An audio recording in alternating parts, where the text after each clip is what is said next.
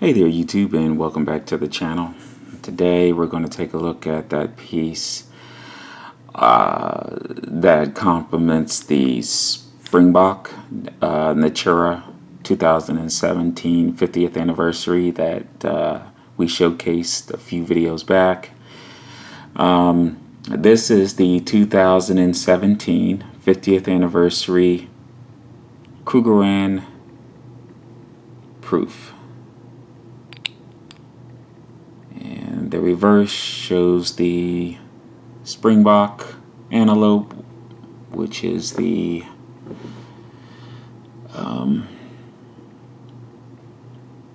national symbol, one of the national symbols of South Africa.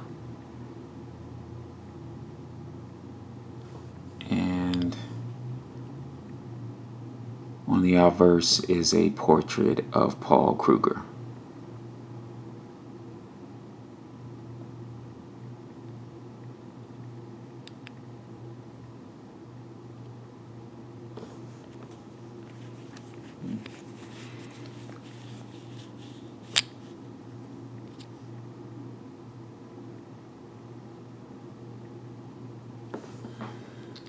Let's see here.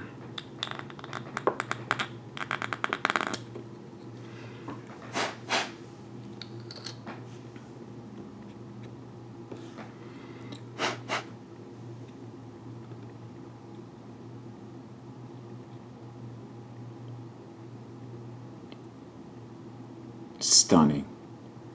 As I said before, the Krugerrand proofs I think are exceptional.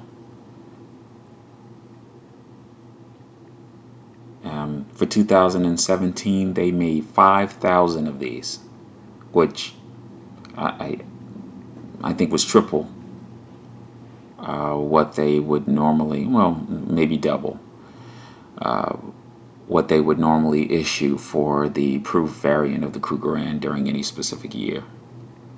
And as I mentioned before, the same perspective regarding the Natura Springbok, I think it was an attempt to allow all enthusiasts an opportunity to participate in their milestone, which is admirable. And I think there is a large following and base that collect the Krugerrand, so I'm certain that the enthusiasts appreciated that. The proofs of the Krugerrand, they are very popular, and before you know it, the price has risen up, or where your preferred dealer is sold out.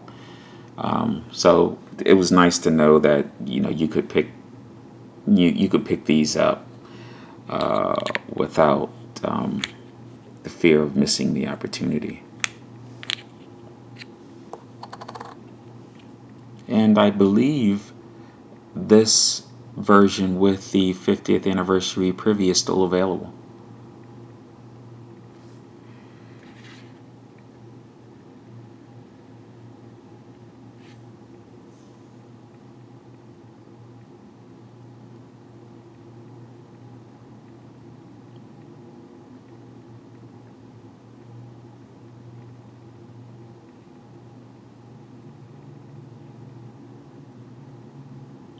Wow.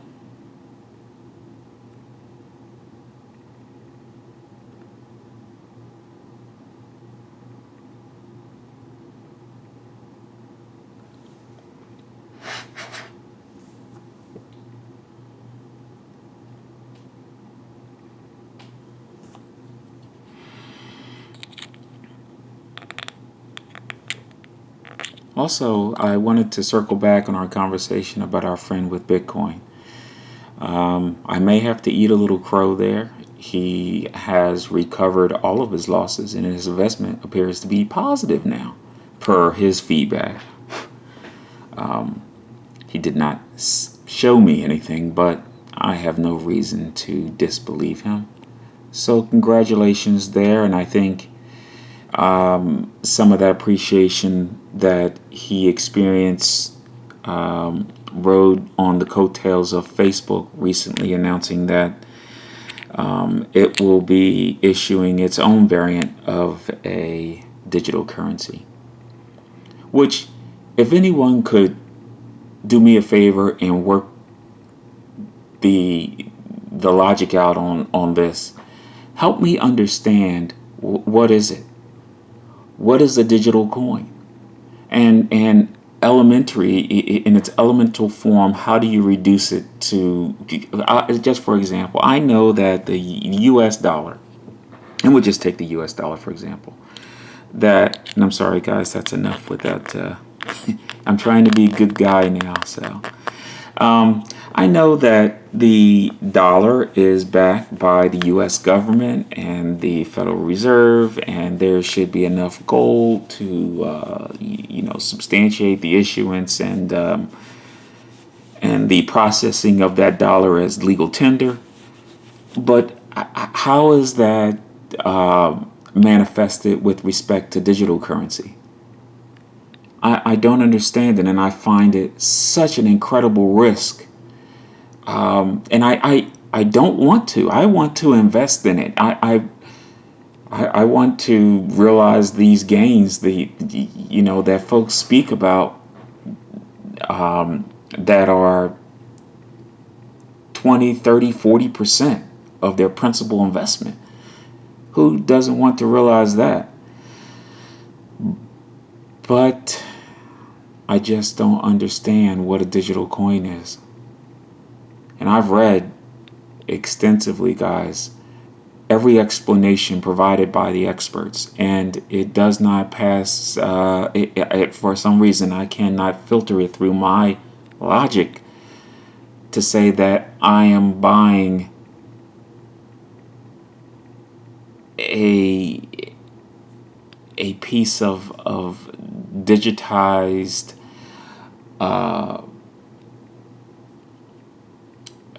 bits that can be overridden. When I hold the US dollar or a $5 or a $100 bill, that dollar cannot be changed. It cannot be altered. It cannot be stolen from me out of my pocket unless somebody pickpockets me, of course. Bitcoin has such inherent risk to it. And I want to get off of it now, guys, because I think that, and I don't want to bash it because it does great. It does so phenomenal that it eats the lunch of gold. As many of you know, when the markets are doing not so well, gold is the preferred hedge to protect their principal dollar and wealth. But many have turned to Bitcoin to help with that challenge. And it's good and it's bad. It's obviously good for those who invest in it and see it rise as it has. And it's bad for the gold market. It's bad for the silver market.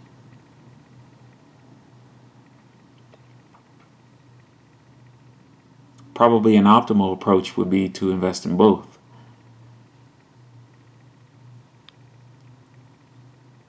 But I'm serious, guys. If you have a perspective that explains Bitcoin in such a way where the risk that I foresee as inherent to investing in Bitcoin are not true, are not probable, help me understand where I'm misguided, because I want to be in it.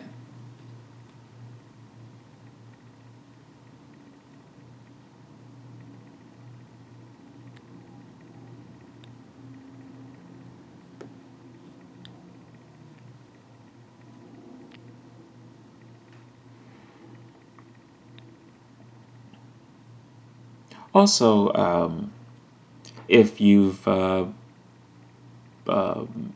watching some of the latest YouTubers, Shadow Stack put out a video. He discussed a lot of topics, particularly the 90-to-1 ratio for gold and silver.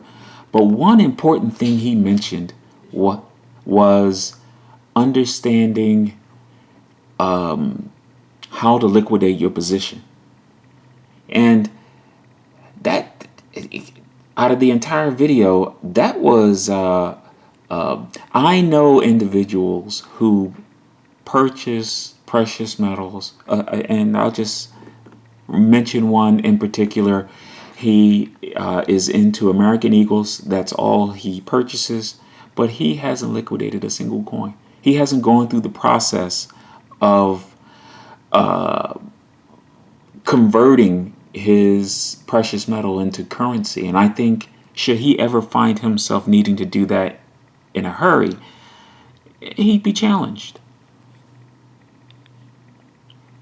So I think that was great advice. Even if you want to do on a trial basis with your favorite dealer to see what might they offer you for maybe some of the pieces that you have in your possession now that haven't done as well as you thought they would. Maybe as an experiment, you could reach out to some of those folks and say, hey, I have this, a roll of 20 of these coins in great condition. I'm thinking about liquidating my position. What would you offer me for them? And I think that would give you a good indication as to how the market responds to that coin, the metal, and what the spot prices are today.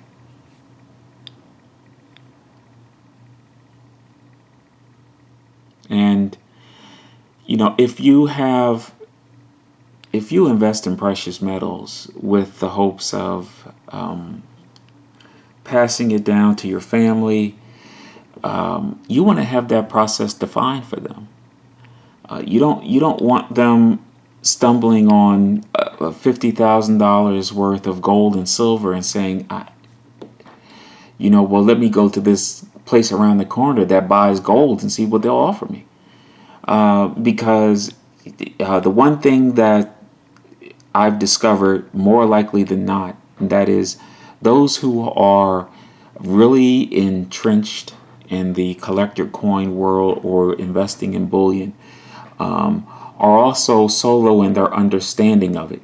Their families aren't all that versed in it. I mean, some folks are. They run a family business, but for the most part, it's perceived by the family of the individual who is interested in it as a little bit of a hobby.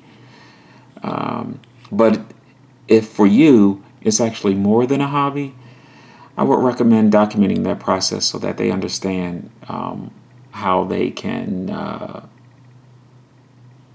respond to your wealth and your position in precious metals, should they find themselves having to do so. All right, guys. I think the Proof Krugerrands are just exceptional. This one with the Privy, as I mentioned, they did strike, maybe is the term to use, the 1967 Krugerrand first issuance. And they also put the 50th anniversary Privy on it. And I believe that coin sold for quite a premium.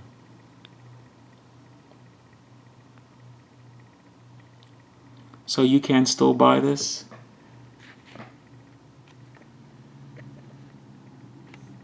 It's 32 millimeter.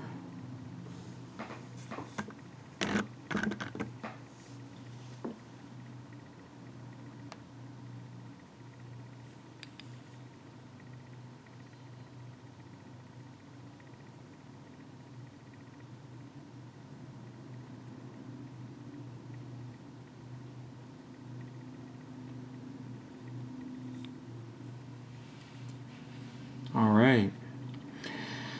This will close out our South African mint collection for now, and we are moving on to some very nice things. I'd like to surprise you guys, so at the moment I'm going to forego mentioning it. I've had trouble with that in the past, and I would just ask that you stay tuned and for some amazement.